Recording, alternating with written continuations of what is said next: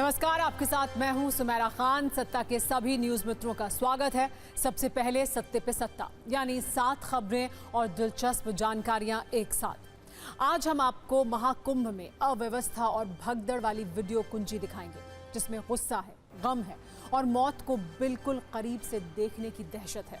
सवाल है, क्या महाकुंभ में प्रशासन की बदइंतजामी ने 30 लोगों को मार डाला? भगदड़ के दर्दनाक मंजर की गवाही आज खुद लोग देंगे। इसके बाद आपको इस भगदड़ पर नेताओं की सियासी डुबकी भी दिखाएंगे। राहुल गांधी ने कहा है कि यह हादसा वीआईपी कल्चर और बदइंतजामी का नतीजा है। वहीं अखिलेश ने भी महाकुंभ की व्यवस्था पर कुछ सवाल उठाए हैं। इसी कुंजी में बड़ा कलेश है। आज सत्ता में महाकुंभ से जुड़ी एक चौंकाने वाली तस्वीर भी देखिएगा, जिसमें भूखे प्यासे लोग हैं। सड़कों पर गाड़ियों की 20-20 किलोमीटर लंबी लाइन है। बसों में, ट्रकों में और गाड़ियों में फंसे हुए लोग हैं। हम आपको इस पर एक ग्राउंड रिपोर्ट दिखाने वाले हैं। फिर दिल्ली की यमुना नदी पर सियासी विष वाली कुंजी खोलेंगे, जहां जहर वाले दावे ने केजरीवाल को चारों तरफ से घेर लिया है। खबर है कि हरियाणा सरकार अब उनके खिलाफ एफआईआर कराएगी। आज पीएम मोदी ने भी कैसे यमुना के पानी के जरिए केजरीवाल पर कटाक्ष किया, वो देखिएगा। एक और बड़ी खबर दिल्ली से है, जहां कांग्रेस ने अपना चुनावी घोषणा पत्र जारी कर दिया है। कांग्रेस ने अपने मैनिफेस्टो में महिलाओं को हर महीने 2500 रुपए, 500 रुपए में रसोई गैस और 300 यूनिट फ्री बिजली देने का वादा किया है। कनाडा ने भी आखिरकार भारत को लेकर एक बड़ा सच कबूल कर लिया है। कनाडा ने सार्वजनिक जांच आयोग की रिपोर्ट में ये माना है कि कनाडा की जमीन का इस्तेमाल भारत के खिलाफ साजिशों के लिए हो रहा है और आतंक की फंडिंग भी की जा रही है। और एक शुभ समाचार इसरो की सत्ता से भी जुड़ा हुआ है। भारतीय अंतरिक्ष एजेंसी इसरो ने आज अपना 100वां मिशन पूरा कर लिया है। आज उसने नया नेविगेशन सैटेलाइट लॉन्च कर दिया है, जो भारत और आसपास के क्षेत्रों में बेहतर नेविगेशन सेवाएं देगा। ये एक बड़ी उपलब्धि है। लेकिन आज सुबह से आप सभी न्यूज मित्रों ने महाकुंभ में आस्था की डुबकी भी देखी होगी और भगदड़ के बाद उठी दर्द की लहरें भी। हर हर महादेव के जयकारे भी सुने होंगे और मौत की चीख पुकार भी। लेकिन सत्ता में आज हम सबसे पहले आपको एक ऐसी खबर दिखाने जा रहे हैं जो उन सभी लोगों के लिए चिंता का अलार्म है, जो महाकुंभ में जाने के लिए निकले हैं या फिर जाने की योजना बना रहे हैं। सत्ता में सबसे बड़ी खबर यह है कि प्रयागराज जाने वाले अलग अलग रास्तों पर इस वक्त महाजाम लगा हुआ है। दावा किया जा रहा है कि सिर्फ वाराणसी से प्रयागराज जाने के रास्ते पर अभी लाखों लोग फंसे हुए हैं और पुलिस ने बैरिकेडिंग लगाकर कई रास्तों को बंद कर दिया है। ये वो लोग हैं जो गाड़ियों में, बसों में और ट्रकों में सवार होकर महाकुंभ जाने के लिए निकले थे। और इस वक्त तस्वीर ऐसी है कि सिर्फ वाराणसी से प्रयागराज जाने के रास्ते पर करीब 20 किलोमीटर तक गाड़ियों की लंबी लंबी लाइन लगी हुई है। और ये हाल सिर्फ हाईवे या एक्सप्रेसवे का नहीं है, बल्कि इनमें गांव से गुजरने वाले रास्ते भी शामिल हैं, जो प्रयागराज की ओर जाते हैं। इन रास्तों पर वो लोग भूखे प्यासे फंसे हुए हैं, जो पूरी आस्था और श्रद्धा के साथ महाकुंभ में पवित्र डुबकी लगाने के लिए निकले थे। हम आपको वाराणसी से प्रयागराज जाने वाले रास्ते की एक चौंकाने वाली तस्वीर दिखाते हैं, जहां नेशनल हाईवे तो कल रात से बंद किए जाने की खबर है। आज गांव दराज से निकलने वाले रास्ते भी सील कर दिए गए हैं, जिससे लोग महाजाम में पिछले 24 घंटे से फंसे हुए हैं। बताया जा रहा है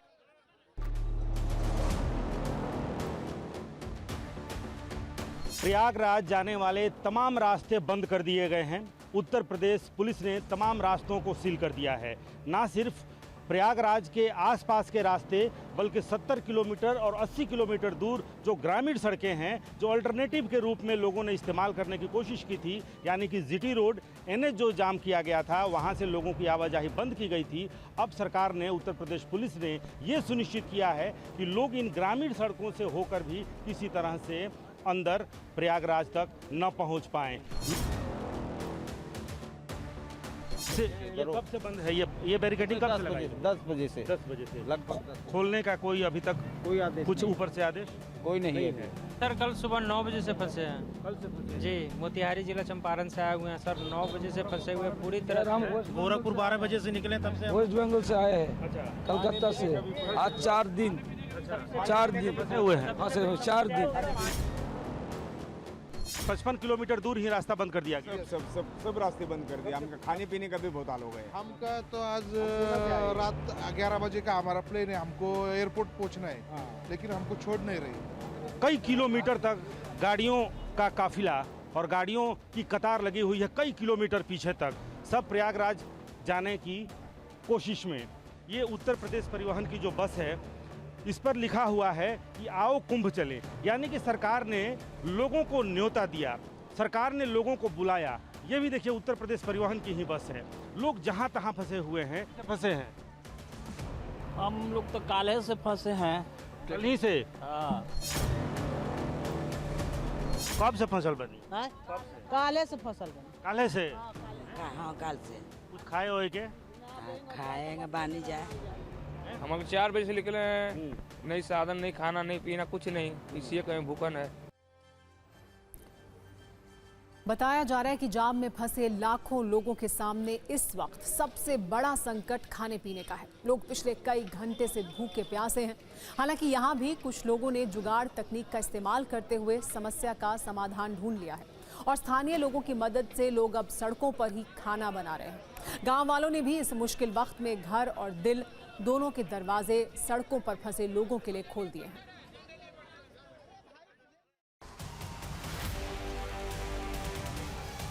यहाँ पर देखिए बड़ी संख्या में लोग फंसे हुए हैं, जिसके दरवाजे पर महिलाएं हों। यहाँ पर देखिए महिलाओं को बैठने की यहाँ पर जगह मिल गई है। किसका दरवाज़ा है किसी को पता नहीं है। किस ज़िले से आए हैं, कहाँ से आए हैं, उनका नाम क्या है, उनकी जाति क्या है, उनका स्तर क्या है, उससे कोई मतलब नहीं है।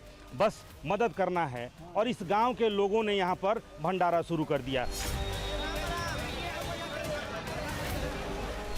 शुल्क भी है? नहीं, कोई शुल्क नहीं, कोई शुल्क नहीं, कोई शुल्क नहीं, निःशुल्क है। ये सेवा है, केवल सेवा है, केवल सेवा है। और इसमें कार्यकर्ता भी सब ग्रामीण हैं? गांव के हैं, सब अपने ही गांव के हैं, टोटल गांव के हैं। सहयोग दे रहे हैं, सब मिल के सहयोग दे रहे हैं। ग्रामीण भी है, बस वाले भी हैं। इसमें सब निःशुल्क सेवा है। राशन कहाँ से आया? अपना घर से दिया हम लोग। सब फंसे हुए हैं। फंसे हैं, लेकिन ये गाँव वाले मेरे लिए भंडारा का उम्मीद है कि पहुँच पाएंगे। हाँ, मन में जोर है। आज ना कल और परसों वापस नहीं जाना? नहीं। खाना कहीं नसीब नहीं हुआ सुबह से? नहीं, ये जुगाड़ लगाया आप लोगों ने? हम लोग खुद जगह लगाया। कहाँ से आए हैं? बंगाल, पश्चिम बंगाल। बंगाल से आए। तो क्या क्या बन रहा है? यही चोखा बना करके मूढ़ी के संग में खाया जाएगा। 13 दिन से चल रहे महाकुंभ की चर्चा पूरी दुनिया में हो रही है। विदेशों से भी श्रद्धालु संगम में डुबकी लगाने के लिए प्रयागराज आ रहे हैं, अपना सनातन प्रेम दिखा रहे हैं। लेकिन कल रात संगम तट के पास जो हादसा हुआ, उससे कई गंभीर प्रश्न उठ रहे हैं। सवालों में प्रशासन है, सवालों में सरकार है, सवालों में संपूर्ण व्यवस्था है। महाकुंभ को लेकर ट्रेंडिंग कीवर्ड्स भी कल रात से अचानक बदल गए हैं। इसे आप ऐसे समझ सकते हैं, हादसा होने से पहले तक अमृत स्नान शब्द हर किसी की जुबान पर सबसे पहले था। हालांकि वो आज भी है। आज 13 अखाड़ों के साधु संतों ने संगम में पवित्र स्नान किया, लेकिन हादसे के बाद भगदड़ की चर्चा ज्यादा हो रही है। पहले जन सैलाब, श्रद्धालुओं की श्रद्धा वाली अपार भीड़ वाली तस्वीरें ज्यादा ट्रेंड कर रही थी। ऐसे शब्द हर किसी की जुबान पर थे। लेकिन अब इस बात की ज्यादा चर्चा हो रही है कि महाकुंभ हादसे में कितने लोगों की मौत हुई। थोड़ी देर पहले यूपी प्रशासन ने प्रेस कॉन्फ्रेंस कर ये बताया कि 30 लोगों की मौत हुई है। आज मौनी अमावस्या है। हादसे से पहले देश के कोने कोने से बड़ी संख्या में श्रद्धालु प्रयागराज आए। अमृत स्नान के उद्देश्य से सभी मुश्किलों का सामना करते हुए सफर तय किया। हर किसी की इच्छा थी कि वो महाकुंभ में मौनी अमावस्या पर शुभ स्नान करे। लेकिन हादसे के बाद अखाड़ों पर साधुओं के स्नान के साथ साथ अस्पतालों में दर्द और आंसू की तस्वीरों की चर्चा ज्यादा हो रही है। महाकुंभ के लिए लोगों का उत्साह पिछले कई दिनों से पूरा देश देख रहा था। पृथ्वी के सबसे बड़े धार्मिक आयोजन में श्रद्धालुओं की संख्या की बात हर कोई कर रहा है। यूपी सरकार ने 10 करोड़ पवित्र डुबकी का दावा भी किया, लेकिन कल देर रात हुए हादसे के बाद अव्यवस्था को लेकर भी सवाल पूछे जा रहे हैं। यूपी सरकार के दावे के अनुसार मंगलवार को 5.5 करोड़ से ज्यादा श्रद्धालुओं ने संगम में डुबकी लगाई थी। इस वक्त करीब 9 करोड़ श्रद्धालुओं के प्रयागराज में मौजूद होने का अनुमान है। अगर आप महाकुंभ में पिछले कुछ घंटों में होने वाले महापरिवर्तन को देखेंगे तो जानेंगे कैसे हादसा, मौत, शोक, अवसाद और पुष्प वर्षा वाले शब्द ज्यादा ट्रेंड हो रहे हैं। ये तस्वीरें महाकुंभ में पवित्र स्नान के दौरान पुष्प वर्षा की है। हादसे के बाद संतों पर आसमान से फूलों की बारिश की जा रही थी। जब 13 अखाड़ों के संत संगम में डुबकी लगा रहे थे, अमृत स्नान कर रहे थे, उस दौरान हेलीकॉप्टर से फूलों की बारिश की जा रही थी। महाकुंभ में भगदड़ शब्द ट्रेंड जरूर कर रहा है, लेकिन प्रशासन का दावा है कि यह भगदड़ नहीं थी, बल्कि यह हादसा ओवर क्राउडिंग की वजह से हुआ। खैर, हादसा जिस वजह से भी हुआ, हालात गंभीर हैं। कुछ लोगों की मौत की खबर है, बड़ी संख्या में लोग अस्पताल में भर्ती हैं, कई लोग अपनों को खो चुके हैं, दर्द है, आंसू है। ऐसे में उस रात की कहानी को जानना और समझना जरूरी है। हर तरफ से व्यवस्था पर सवाल उठ रहे हैं। आज मौनी अमावस्या पर अमृत स्नान का शुभ मुहूर्त 7:37 से शुरू होना था। पुलिस का कहना है कि श्रद्धालुओं की भीड़ रात 10 बजे से ही संगम पर जुटने लगी। इस वजह से वहां पर भीड़ बहुत ज्यादा हो गई थी, जबकि श्रद्धालुओं का कहना है कि पुलिस भीड़ को कंट्रोल करने में नाकाम रही। इस वजह से भगदड़ हुई। ऐसे आरोप हैं कि मौनी अमावस्या पर भीड़ को देखते हुए पंटून पुल बंद किए गए थे। इसके कारण संगम पर पहुंचने वाली करोड़ों की भीड़ इकट्ठा होती चली गई। फिर बैरिकेड्स में फंसकर कुछ लोग गिर गए। कहा तो ये भी जा रहा है कि संगम नोज पर एंट्री और एग्जिट के रास्ते अलग अलग नहीं थे। लोग जिस रास्ते से आ रहे थे, उसी रास्ते से वापस जा रहे थे। ऐसे में जब भगदड़ हुई तो लोगों को भागने का मौका नहीं मिला, वो एक दूसरे के ऊपर गिरते गए। रात 1 बजे के बाद संगम नोज पर भीड़ क्षमता से अधिक हो गई। प्रशासन ने बैरिकेडिंग करके भीड़ को नियंत्रित करने की योजना बनाई थी, लेकिन जब भीड़ अनियंत्रित हो गई तो पुलिस के सामने लोग बैरिकेडिंग के ऊपर से कूदकर संगम की ओर बढ़ने लगे, जिसके बाद अफरा तफरी मच गई। बैरिकेडिंग पार करते समय कई लोग उन श्रद्धालुओं पर गिर गए जो वहीं सो रहे थे। ब्रह्म मुहूर्त से पूर्व प्रातः 1 बजे से 2 बजे के मध्य बेला क्षेत्र में अखाड़ा मार्ग पर भारी भीड़ का दबाव बना और इस भीड़ के दबाव के कारण दूसरी ओर के बैरिकेड्स टूट गए और भीड़ के लोग बैरिकेड्स बांधकर दूसरी तरफ ब्रह्म मुहूर्त के स्नान का इंतजार कर रहे श्रद्धालुओं को कुचलना शुरू कर दिया। दुर्भाग्यपूर्ण तरीके से 30 श्रद्धालुओं की दुखद मृत्यु हो गई है। 30 इनमें से 25 की पहचान हो चुकी है और शेष की शिनाख्त की जानी बाकी है। कुछ घायलों को परिवार के सदस्यों को लेकर चले गए हैं तथा 36 घायलों का इलाज स्थानीय मेडिकल कॉलेज में चल रहा है। इसे आप ऐसे भी समझ सकते हैं कि रात 1 बजे जहां पर संतों को स्नान करना था, उसके ठीक बगल के घाट में जनता की भारी भीड़ थी। इसी दौरान भीड़ को रोकने के लिए जो खंभे लगाए गए थे वो टूट गए और अफरा तफरी मच गई। थोड़ी देर में चीख पुकार शुरू हो गया। हादसे के बाद हैरान परेशान लोग बदइंतजामी को लेकर पुलिस पर सवाल उठा रहे हैं। उनका ये कहना है कि पुलिस के सामने लोग दबते रहे, मरते रहे, लेकिन पुलिस कुछ नहीं कर पाई।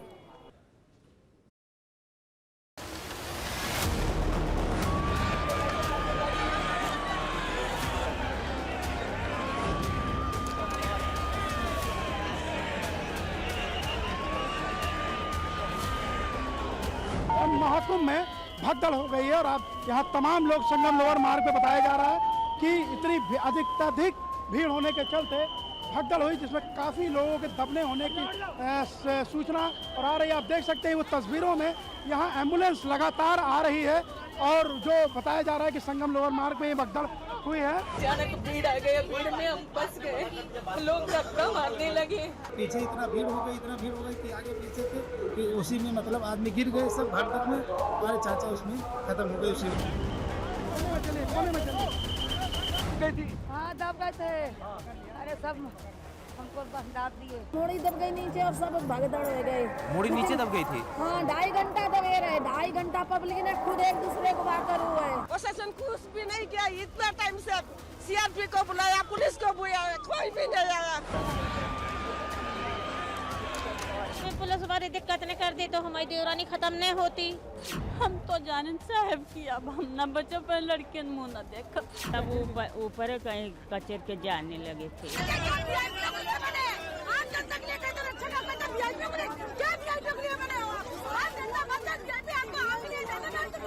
हमारे सामने कितने बूढ़ी लोग वो दब दब के मर रहे हैं, दब दब के। रात 1 बजे संगम तट पर क्या हुआ, इसकी कहानी चश्मदीद बता रहे हैं। TV9 भारतवर्ष की टीम हादसे वाली जगह पर पहुंची, उन लोगों से बात की जो इस हादसे के पीड़ित हैं, जिनकी आंखों में अभी भी वो जख्म हरे हैं, जिनके आंसू रुक नहीं रहे हैं। कैसे कुछ ही मिनटों में बदइंतजामी और बेकाबू भीड़ ने सब कुछ बर्बाद कर दिया, देखिए।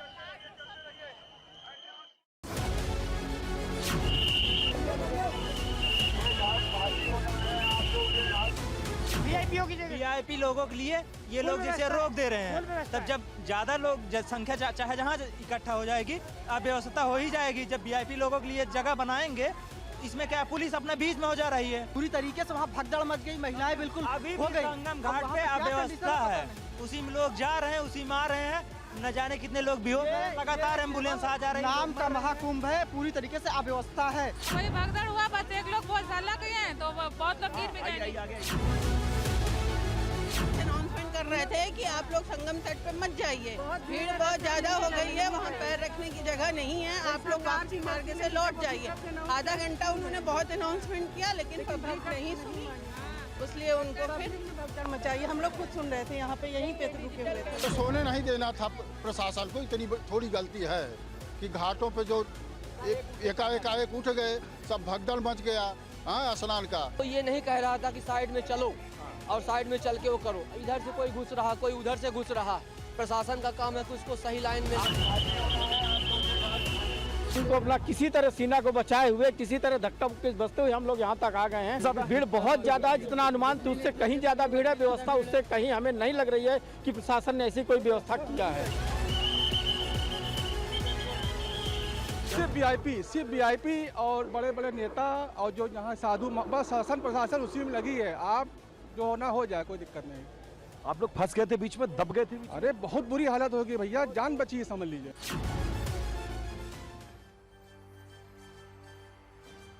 TV9 के कैमरे में आपने देखा कैसे हादसे के पीड़ित भक्त चीख कर पुलिस पर सवाल उठा रहे हैं, मौत की वजह भगदड़ को बता रहे हैं, अव्यवस्था को लेकर प्रशासन को घेर रहे हैं, जबकि यूपी के कुछ पुलिस वाले इस हादसे को भगदड़ मानने तक को तैयार नहीं है। महाकुंभ मेला क्षेत्र के SSP राजेश द्विवेदी का कहना है कि महाकुंभ में भगदड़ हुई ही नहीं, ये ओवर क्राउडिंग थी। आप खुद सुनिए उनकी भाषा क्या थी। क्या वो ये बात इतने ही आत्मविश्वास के साथ उन लोगों के परिवारों से कह सकते हैं जिनकी मौत हुई? कोई स्टैम्पीड वाली बात नहीं थी, बेसिकली ओवर क्राउडिंग हो गई थी, जिससे कुछ श्रद्धालु घायल हो गए थे। और अभी जैसा आप देख रहे हैं, स्थिति पूर्णतया नियंत्रण में है, किसी भी अफवाहों पर ध्यान न दिया जाए। वैसे इस बीच प्रयागराज के कमिश्नर विजय विश्वास पंत का एक वीडियो वायरल हो रहा है, जिसमें वो भीड़ को सावधान कर रहे हैं, सोए हुए लोगों को जगा रहे हैं, चेतावनी दे रहे हैं, श्रद्धालुओं से ये अपील कर रहे हैं कि वो गंगा घाटों पर रात भर ना रुकें और जल्द से जल्द स्नान करके प्रस्थान करें। घाटों पर रात भर रुकने से भीड़ और अव्यवस्था बढ़ेगी। इस अपील को आप खुद भी सुनिए। सभी श्रद्धालु सुन लें, यहाँ लेटे रहने से कोई फायदा नहीं है, जो सोवत है सो खोवत है। उठिए उठिए, स्नान करिए, और ये आपके सुरक्षित रहने के लिए भगदड़ मचने की संभावना है। आप पहले आ गए हैं तो आपको सबसे पहले अमृत मिल जाना चाहिए। सभी श्रद्धालुओं से करबद्ध निवेदन है, उठे उठे उठे, सोए ना, जब सबसे पहले आ गए हैं। महाकुंभ हादसे या फिर कहें कि ओवर क्राउडिंग की कहानी यूपी सरकार ने भी बताई। आज सुबह मीडिया से बात करते हुए CM योगी ने बताया कि रात 1 से 2 बजे के बीच अखाड़ा मार्ग पर बैरिकेड्स लगाए गए थे। उन्होंने ये भी कहा कि बैरिकेड्स फांद कर आने की वजह से यह हादसा हुआ। लोगों से उन्होंने प्रशासन का सहयोग करने की अपील की। हादसे पर CM योगी ने और क्या क्या कहा और प्रशासन का क्या कहना है, आप सिर्फ 75 सेकंड की ये न्यूज रील देखिए।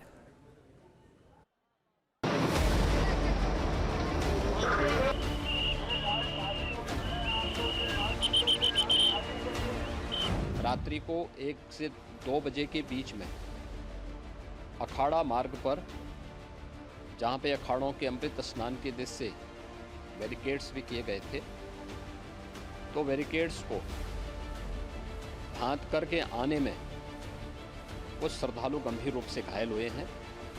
ये सब आयोजन सभी लोगों का है। प्रशासन उनकी सेवा के लिए पूरी तत्परता के साथ लगा हुआ है।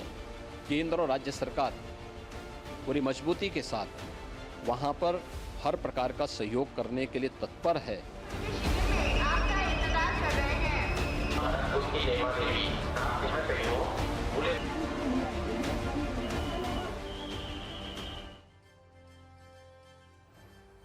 महाकुंभ में भगदड़ का दर्दनाक इतिहास रहा है। वर्ष 1954 में हुई भगदड़ में 1000 लोगों की मौत हुई थी। उस समय भी मौनी अमावस्या के अवसर पर ही भगदड़ मची थी। 3 फरवरी 1954 को लाखों पवित्र स्नान के लिए संगम तट पर पहुंचे थे। बारिश की वजह से चारों तरफ कीचड़ और फिसलन थी। सुबह करीब 8 से 9 बजे का वक्त रहा होगा। इसी दौरान भगदड़ हुई। जान बचाने के लिए लोग इधर उधर भागने लगे। ये भगदड़ इतनी दर्दनाक थी कि 1000 लोगों की जान चली गई थी। इसके बाद प्रयागराज में कुंभ के दौरान बहुत बड़ा हादसा देखने को नहीं मिला। 10 फरवरी 2013 को प्रयागराज रेलवे स्टेशन पर भगदड़ हुई थी। इसमें 36 लोगों की मौत हो गई थी। 100 से अधिक लोग घायल हो गए थे। उस वक्त यूपी में अखिलेश यादव की सरकार थी सत्ता में। अब जरा उन लोगों का दर्द महसूस कीजिए जिन्होंने अपनी आंखों के सामने अपनों को खो दिया है, जो हजारों किलोमीटर दूर से महाकुंभ में पवित्र स्नान करने आए थे, लेकिन अपने मन में दर्द और मौत को बिल्कुल करीब से देखने की दहशत लेकर लौटेंगे। महापर्व का हिस्सा बनने आए लोगों में अव्यवस्था को लेकर गुस्सा है, लेकिन बहुत लोग ऐसे भी हैं जिनके मन में परिवार के सदस्यों को खोने का गम है। कोई 7 लोगों के साथ महाकुंभ में आया था, लेकिन 6 लोग इस भगदड़ में कहाँ गए पता नहीं है। कुछ लोग ऐसे हैं जो ये तक नहीं जानते कि जिनके साथ वो आए थे वो जिंदा भी हैं या नहीं।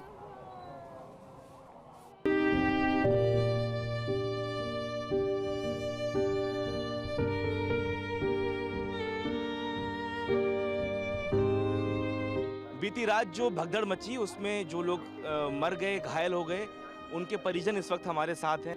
हम 7 आदमी थे, 6 आदमी गायब है। नहाने लिए जा रहे थे, कोई कपड़ा पकड़ने था, कोई हाथ पकड़ने था। कपड़ा वाली छूट गए। अब जो हाथ पकड़ने था साथ में वो बेचारी गिर गई नीचा गिर, उसको उठाने लगा तो हमको भी गिर गए। हम बेहोश हो गए। बेहोश होने के बाद ले गया हमको, हॉस्पिटल नहीं गए।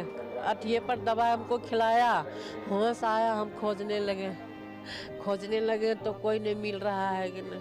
साथ कुछ ऐसे लोग मौजूद हैं जो इस भगदड़ में अपने को खोया है। कितने लोग आए थे आप लोग? कितने लोग थे? 14-15 है, 20 लोग थे हमारे। कितने घायल हुए उसमें से? 2 लोग मिले नहीं, देवरानी हमारी खत्म हो गई। हाँ, उसको आदमी भी नहीं है, जो हो गया बाल बच्चे की मतरी, पिता भी नहीं है, माँ भी नहीं है। जनता चल गई ऊपर, भीड़ करी पुलिस वालों ने। कैसी उसकी स्थिति है? खत्म हो गई। देख सकते हैं किस तरीके से लोग परेशान हैं, रो रहे हैं, अपनों की तलाश में हैं, लेकिन उन्हें कुछ पता नहीं। हमारी दीदी मर गई और उसको हम हाथ पकड़े थे, हमारे बीच में गिर गई और वो हमारे बहन का हाथ छूट गया। उसी में 4-5 आदमी 10 आदमी गिर गई। वो हमारे बहन छूट गई पीछे। फिर दोबारा देखा नहीं आपने? हम लोग सब खो गए हैं, उसी में कपड़ा लत्ता नहीं। वो समय से थे। आपकी धर्मपत्नी है घायल हुई? जी हाँ, शीला सोनी। तो अभी तक कुछ पता नहीं चला कहाँ पर, किस हॉस्पिटल में? फोन आया है कि आ रहे लेकर के। संगम के 12-15 मिनट पहले ही खड़ा रोक दिया गया है और अचानक उधर से भीड़ आई है तो भगदड़ में गिर पड़े। मैं तो जान बचा के किसी तरह से आया। वो मेरे से बहुत ज़्यादा एजिड थे, उनकी जान मुश्किल से बची हो तो बची हो, मिल नहीं रहे मुझे सर, नहीं मिल रहे। मैं अस्पताल देख लिया, वहाँ गया तो वहाँ लाशें बहुत पड़ी थी। तब मैं साहब 2 ही थे हमारे, मैं और मेरे बहन वही था। वैसे आज महाकुंभ में मौजूद 13 अखाड़ों के साधु संतों ने भी भगदड़ के बाद बहुत संयम बरता। कुंभ क्षेत्र में हादसे की वजह से अमृत स्नान में देरी हुई, लेकिन जब इसकी शुरुआत हुई तो कई अखाड़ों ने बिना किसी लाव लश्कर और साधुओं के हुजूम के बिना जाकर अमृत स्नान किया। संगम में पवित्र डुबकी लगाई। कई अखाड़ों के महामंडलेश्वर के साथ शंकराचार्य और कथावाचक लगातार लोगों से शांति बनाए रखने की अपील करते रहे। हालांकि निरंजनी अखाड़े के महामंडलेश्वर ने प्रशासन और व्यवस्था को लेकर कुछ सवाल उठाए हैं।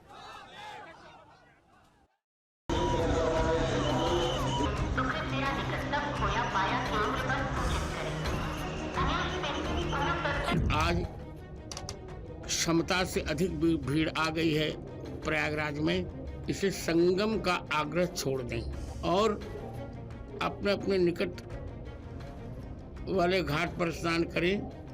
पहले प्रयास ये करें कि अभी शिविर से जाने का भी आग्रह न करें। निकम्मा प्रशासन, सिर्फ तुष्टिकरण की नीति में ये प्रशासन लगा रहा कि कोई भी वीआईपी आए सिर्फ उसकी सेवा में लगा रहा। मैंने देखा कि जो भी वीआईपी यहाँ आया सिर्फ प्रशासन उसकी जी हजूरी में लगा रहा।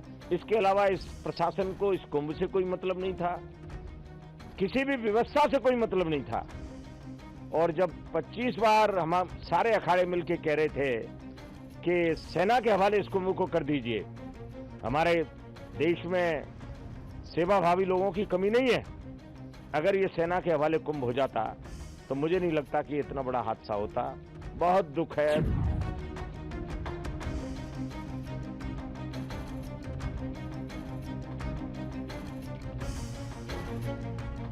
श्रद्धालुओं से कहना चाहेंगे कि जीवन की सुरक्षा भी धर्म है, जीवन को यूं ही व्यर्थ नहीं कर देना है, इसलिए बहुत संयम के साथ क्रमशः चलते हुए, और ये जितना बड़ा मेला क्षेत्र है सारा का सारा कुंभ क्षेत्र ही है, इसलिए किसी एक ही स्थान पर हम जाएंगे वहीं स्नान करेंगे ऐसा कुछ भी आग्रह करने की आवश्यकता नहीं है। आप संयम रखें, यही संगम है, जो जहाँ है वहीं से आप स्नान करें।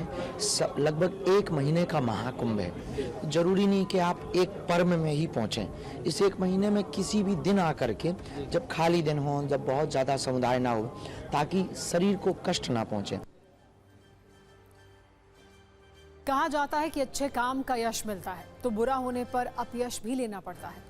अब तक महाकुंभ के भव्य आयोजन का यश लेने वाली यूपी सरकार और बीजेपी को अब अपयश मिल रहा है। महाकुंभ में आज की घटना के बाद यूपी सरकार और बीजेपी दोनों पर विपक्षी दल काफी मेहरबान है। इतने बड़े आयोजन में ऐसी अव्यवस्था हो, बदइंतजामी के कारण भगदड़ हो जाए, 30 लोगों की जान चली जाए और इसमें राजनीतिक दल डुबकियां ना लगाएं। भारत में नेताओं के राजनीतिक आचरण में ऐसा कहां संभव है। अब तक यूपी सरकार महाकुंभ की भव्यता का जयघोष कर रही थी। विपक्षी दल शांति से देख रहे थे कि कैसे सरकार अपनी पीठ थपथपा रही है। लेकिन आज सुबह महाकुंभ में मची भगदड़ के आरोप के बाद व्यवस्था और सरकार पर कई प्रश्न चिन्ह लगे। लोकसभा में नेता विपक्ष राहुल गांधी से लेकर, और विपक्ष की बात तो हम कर ही रहे हैं, लेकिन इस वक्त मुख्यमंत्री योगी आदित्यनाथ क्या कह रहे हैं वो भी आपको सुना उन सभी परिजनों के प्रति हमारी पूरी संवेदना है। हम लोग रात्रि से ही लगातार प्रशासन के संपर्क में हैं। मेला प्राधिकरण, पुलिस प्रशासन, एनडीआरएफ, एसडीआरएफ,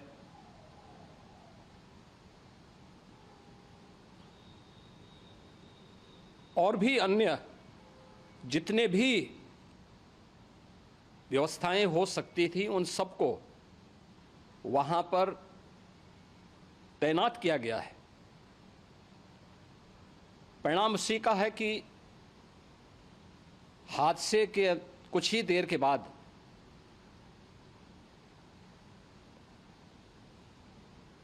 राहत कार्य को ग्रीन कॉरिडोर बना करके प्रशासन ने, पुलिस ने, एनडीआरएफ और एसडीआरएफ के स्वयंसेवकों ने सभी लोगों को हॉस्पिटल तक पहुंचाने का काम किया है।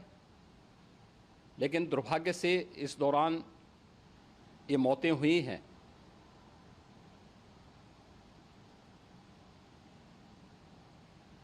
स्वाभाविक रूप से इन सब मुद्दों पर प्रश्न उठना स्वाभाविक भी है।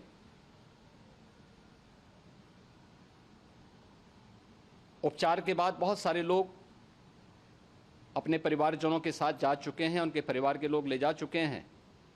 जो बाकी बच्चे हैं उनका उपचार चल रहा है। उपचार के सारे इंतजाम वहाँ किए गए हैं।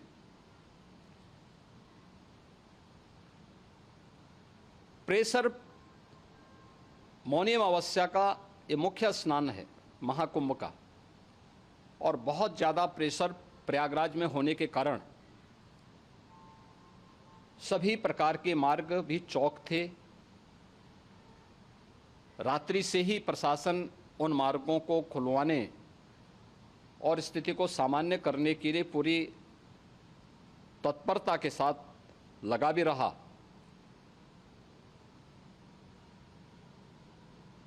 ये सभी घटनाओं के बाद, ये जो हादसा हुआ है, इस हादसा के बाद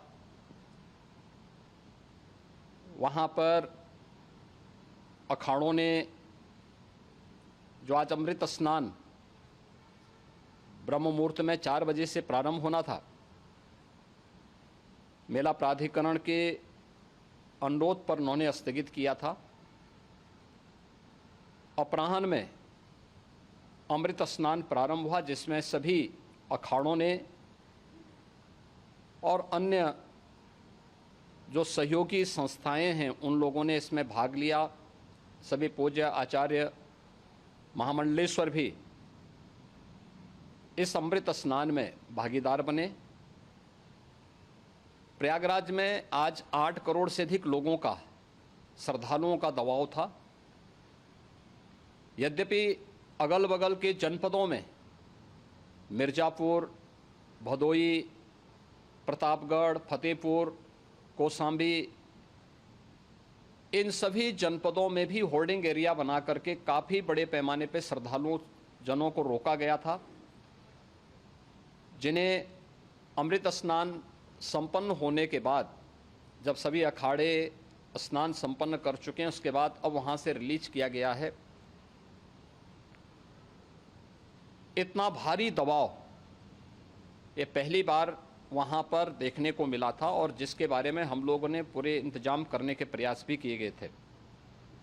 रेलवे स्टेशनों पर, चाहे वह झूसी हो, चाहे वह प्रयागराज सिटी हो, प्रयागराज हो, फाफामऊ हो, उन सभी पर लगातार दबाव बना रहा। रेलवे ने भी इस दौरान वहाँ के दबाव को ध्यान में रखते हुए मेला स्पेशल चलाई। रूटीन और मेला स्पेशल को मिलाकर के लगभग 300 से अधिक ट्रेन रेलवे के द्वारा अब तक चलाई जा चुकी हैं, और जिससे श्रद्धालु जनों को उनके गंतव्य तक पहुंचाया जा सके। उत्तर प्रदेश परिवहन निगम ने भी अपनी 8000 से अधिक बसेज श्रद्धालु जनों को उनके गंतव्य तक पहुंचाने के लिए लगाया हुआ है, और जिससे उन सबको सुरक्षित उनके घरों तक पहुंचाया जा सके। दिन भर स्मूथली, बहुत ही सुगमता के साथ पूरा स्नान इसके बाद हुआ है, जिसमें पूज्य शंकराचार्य, आचार्य महामंडलेश्वर, वरिष्ठ संतजन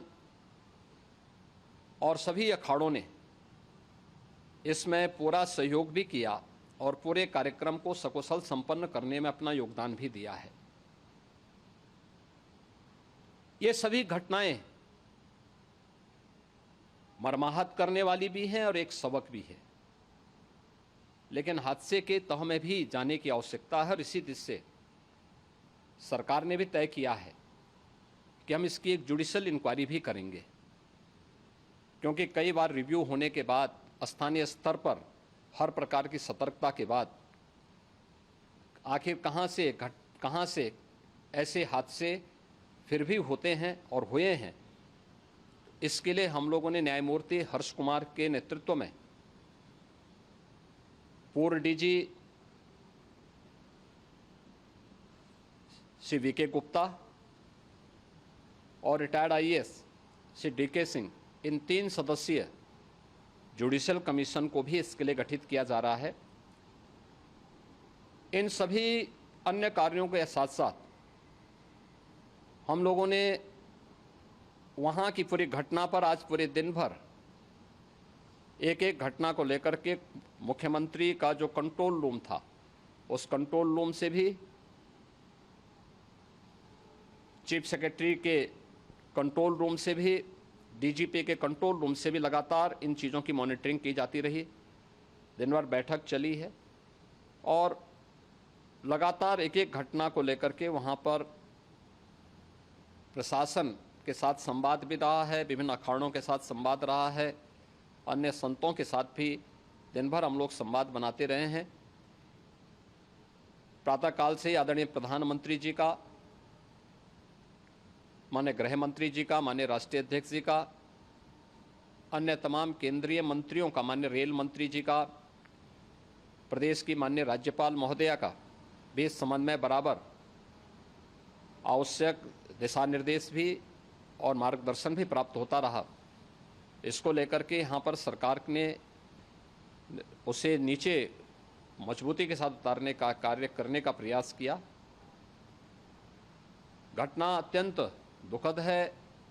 मृतकों के प्रति मेरी विनम्र श्रद्धांजलि है।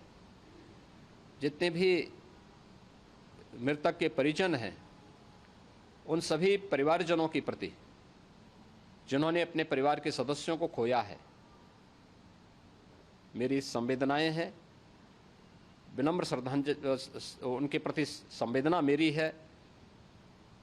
और इस पूरी घटना की हम लोग न्यायिक जांच करवा करके इसकी तह में भी जाएंगे। इसके अलावा पुलिस के स्तर पर भी अलग से हम लोग इसके एक अलग से भी जांच करवाएंगे कि आखिर कहाँ पे ऐसे हादसे किन कारणों से हुए हैं, क्योंकि पहले से इस बारे में हम लोग, हमारी रणनीति थी कि इतनी बड़ी संख्या में श्रद्धालु वहाँ पर आएंगे। मृतक के परिजनों के प्रति हम प्रदेश सरकार की तरफ से, जिन्होंने इस हादसे में अपने परिवार के सदस्यों को खोया है, वहाँ पर मेला प्राधिकरण के पास वो पूरी सूची है, उन लोगों ने उसको वहाँ पे जारी भी किया है। मैं उन सब के प्रति अपनी संवेदना भी व्यक्त करता हूँ और परिवारजनों को हम प्रदेश सरकार की तरफ से 25-25 लाख रुपए की आर्थिक सहायता की घोषणा भी कर रहे हैं। और न्यायिक आयोग इस पूरे मामले को देख करके एक समय सीमा के अंदर राज्य सरकार को अपनी रिपोर्ट देगा और इसमें आने वाले समय में या आने वाले स्नान के लिए भी हम और कैसे व्यवस्था को और सुदृढ़ किया जा सकता है, इसके बारे में भी कल मुख्य सचिव और डीजीपी स्वयं एक बार प्रयागराज जाकर के उन सभी मुद्दों को देखेंगे। आवश्यकता पड़ती है तो फिर इसमें, यद्यपि आज प्रदेश सरकार के तमाम वरिष्ठ अधिकारियों को हम लोगों ने अलग अलग स्थानों पर वहाँ लगाया गया था और वे सभी पूरी तत्परता के साथ, प्रमुख सचिव नगर विकास वहीं थे, पीडब्ल्यूडी के प्रमुख सचिव भी वहीं पे थे, पावर कॉरपोरेशन के चेयरमैन भी वहीं पे मौजूद थे, जिन एक एक मुद्दों पर वहाँ पर वे लोग लगातार निगाह रखे हुए थे। लेकिन दुर्भाग्यपूर्ण घटना और ये मर्माहत करने वाली घटना है। मैं सभी उन पुण्य आत्माओं के प्रति अपनी विनम्र श्रद्धांजलि भी अर्पित करता हूँ। आप सुन रहे थे उत्तर प्रदेश के मुख्यमंत्री योगी आदित्यनाथ ने ऐलान किया कि मृतकों के परिजनों को 25-25 लाख रुपए सरकार द्वारा दिए जाएंगे। एक जुडिशियल कमीशन बनाया गया है, 3 सदस्यों का, जांच की जाएगी। और दुख व्यक्त किया, बहुत भावुक हो गए मुख्यमंत्री योगी आदित्यनाथ ये बताते हुए कि किस तरह का ये हादसा हुआ है महाकुंभ में।